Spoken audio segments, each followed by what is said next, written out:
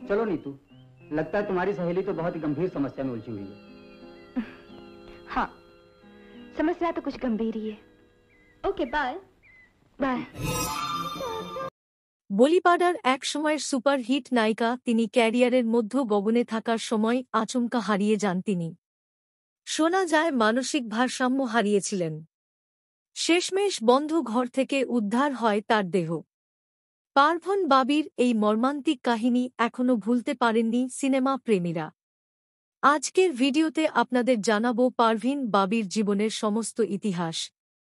তাই ভিডিওটিকে না টেনে সম্পূর্ণ তথ্য জানার জন্য শেষ পর্যন্ত দেখুন এবং একটি লাইক দিয়ে আমাদের সঙ্গে থাকুন।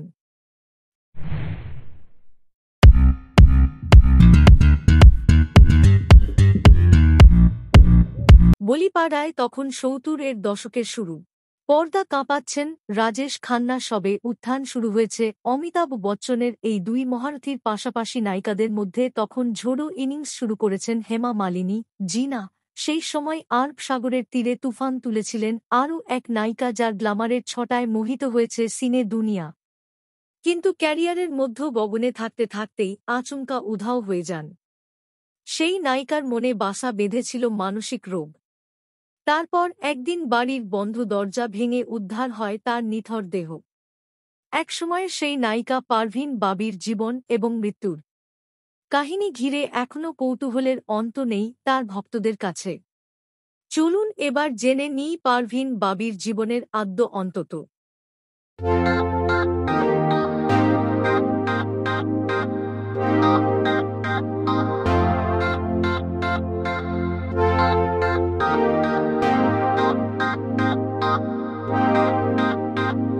এক ৯৫৪ সালের ৪ঠা এপ্রিল গুজরাটের জুনাগড়ে জন্ম হয় পারভীনের। বাবা মায়ের একমাত্র সন্তান ছিলেন তিনি। পারভীন যখন মাত্র ৫ বছর বয়স তখন বাবাকে হারান। তিনি আহমেদাবাদের মাউন্ট কার্মেল উচ্চ বিদ্যালয় থেকে স্কুলের পাঠ শেষ করে সেখানে সেন্ট জেভিয়ার্স কলেজ থেকে ইংরেজিতে স্নাতক হন। পারভীন সালটি ১৯৭২ সেই সময় মডেল হিসেবে ক্যারিয়ার শুরু করেন। পারভীন মডেলিং করতে করতেই রূপালী পর্দায় নিজেকে মেলে ধরার সুযোগ পেয়ে যান। তিনি পরের বছর ১৯৭৩ সালে চরিত্র নামক একটি সিনেমার হাত ধরে বলিউডে হাতে খড়ি হয়। किसी की जान बचाने से आपको उसे बदल लेने का हक तो नहीं मिल जाता? 50,000 रुपए के लिए आप मुझे शिखा नहीं बना सकते। তবে জীবনের প্রথম ছবি তার ফ্লপ হয়, তাতে অবশ্য খুব একটা ক্ষতি হয়নি। কারণ বক্স অফিসে এই ছবিটি না চললেও পারভীন উপস্থিতি নজর কাড়ে দর্শক। मेम साहब, माफ करना, अपन को मालूम ही था तुम कुछ उल्टा सीधा बोल दिया हो तो माफ कर देना। कहाँ जाने का, चलो अपन छोड़ देता। परेल ১৯৭৪ সালে মুক্তি পেয়েছিল মজবুর।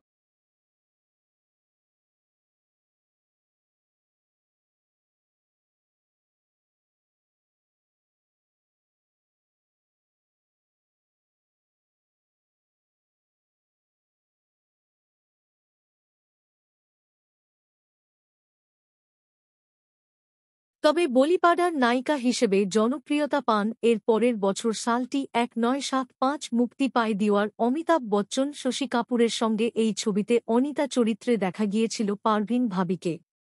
এই ছবির হাত ধরেই বলিপাড়ায় প্রথম সারির নায়িকা হিসেবে নিজের জায়গা করে নেন পারভীন।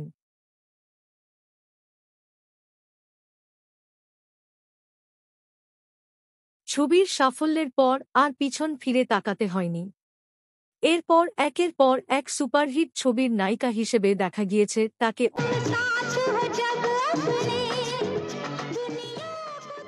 অমিতাভের সঙ্গে পারভীন জুটি সেই সময় আলাদা করে নজর কেড়েছিল দর্শকদের। তারা একসঙ্গে মোট ৮টি ছবিতে কাজ করেছিলেন। সব ছবিগুলি বক্স অফিসে সফল হয়। পাশাপাশি পর্দায় পারভীন মোহময়ী উপস্থিতি ঘিরে আলাদা আকর্ষণ ছিল সিনেমা মহলও।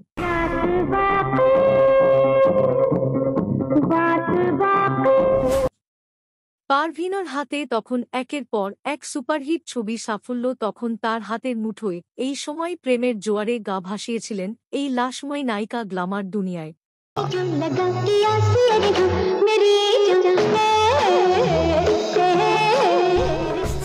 নায়িকার আবার কেউ প্রেমে পড়বেন না তা আবার হয় নাকি শোনা যায়।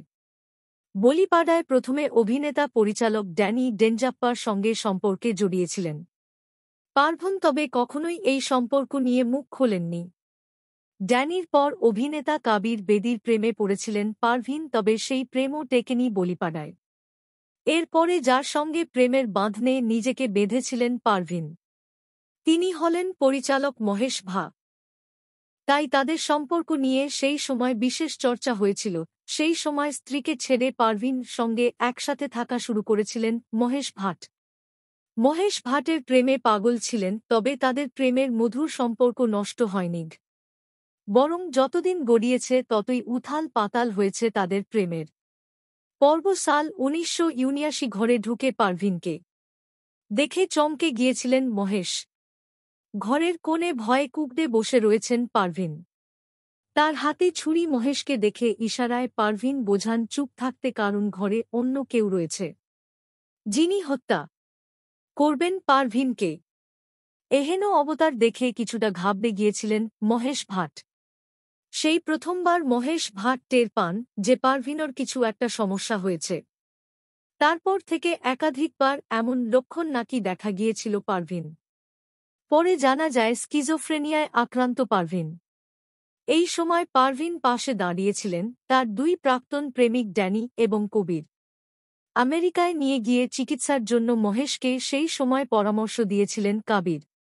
শোনা যায় সেই সময় নাকি নানা রকম আতঙ্কে ভুগতেন পারভিন। কখনো বলতেন গাড়িতে বোমা রাখা আছে, আবার কখনো বলতেন তাকে কেউ খুনের চেষ্টা করছে। এমন সময় আরও একটি খবর ঘিরে শোরগোল পড়ে গিয়েছিল, অমিতাভ বচ্চন নাকি তাকে মারতে চেয়েছিলেন, এমনটাই ভেবেছিলেন পারভিন। এ বিষয়ে পারভিন কোর্টের কাছে মামলাও করেছিলেন, কিন্তু জজ সাহেবের সামনে পারভিন অমিতাভ বচ্চনের বিরুদ্ধে কোন রকম যোগ্য প্রমাণ তিনি দিতে পারেননি, কাজেই মামলাটি খারিজ হয়ে যায়। আর এই ঘটনায় বলিপাড়ার সুপারস্টার নায়ক নায়িকাদের মধ্যে একদম হুলস্থুল পড়ে যায়। পারভিনকে সুস্থ করতে মরিয়া ছিলেন মহেশ। একাধিক মনোরোগ বিশেষজ্ঞের দ্বারস্থ হন তিনি, তবে তাতে খুব একটা লাভ হয়নি। এই অসুস্থতার জন্য ক্যারিয়ারের মধ্য গগন থেকেও ধীরে ধীরে হারিয়ে যেতে থাকে। শোনা যায় পারভিনকে সুস্থ করতে ইলেকট্রিক শক থেরাপির কথা বলা হয়েছিল, তবে তাতে রাজি হননি মহেশ। পারভিনকে সামলাতে হিমশিম খেতে হয়েছিল মহেশ ভাটকে।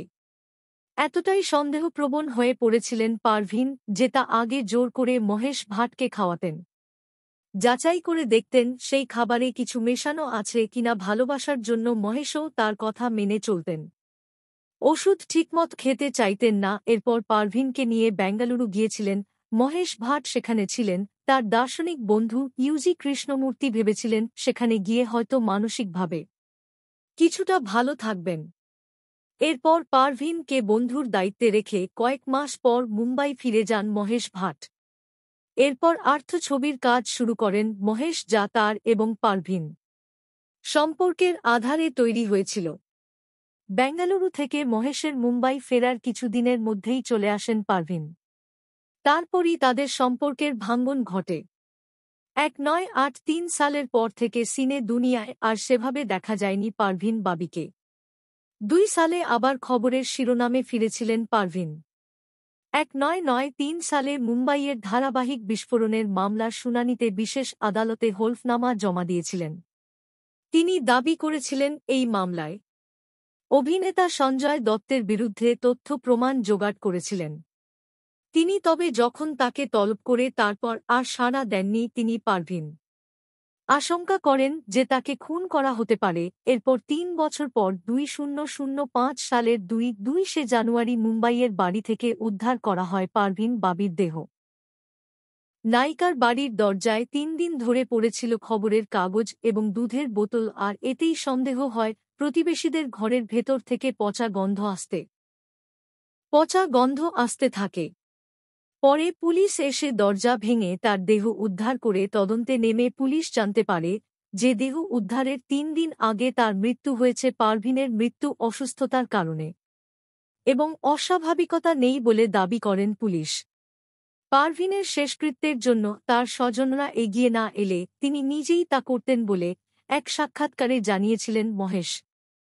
জুহুতে সমাধিস্থ করেন তার পরিজনেরাই। মৃত্যুর পর তার জীবন নিয়ে আরও একটি ছবি বানান মহেশ। এই ছবিটি প্রযোজনাও করেছিলেন তিনি। 2006 সালে মুক্তি পায় সেই ছবি, যার নাম ও লামে পারভিনের সঙ্গে সম্পর্কের ভাঙ্গনের পরেও তাকে ভুলতে পারেনি মহেশ। তাদের সেই প্রেম কাহিনী এখনো ভুলতে পারেননি, সেই সঙ্গে ভোলা যায়নি পারভিনকেও। আমরা গল্পে গল্পে সেলিব্রিটির জীবনী চ্যানেলের পক্ষ থেকে পার্ভণ ভাবির আত্মার শান্তি কামনা করি। ভিডিওটি ভালো লাগলে একটি লাইক করবেন। পারভিন সম্পর্কে আপনার কি মনে হয় কমেন্টে অবশ্যই জানাতে ভুলবেন না। এই রকম ভিডিও আরও দেখার জন্য চ্যানেলটিকে সাবস্ক্রাইব করে পাশে থাকুন। ভিডিওটি শেষ পর্যন্ত দেখার জন্য আপনাকে অনেক অনেক ধন্যবাদ।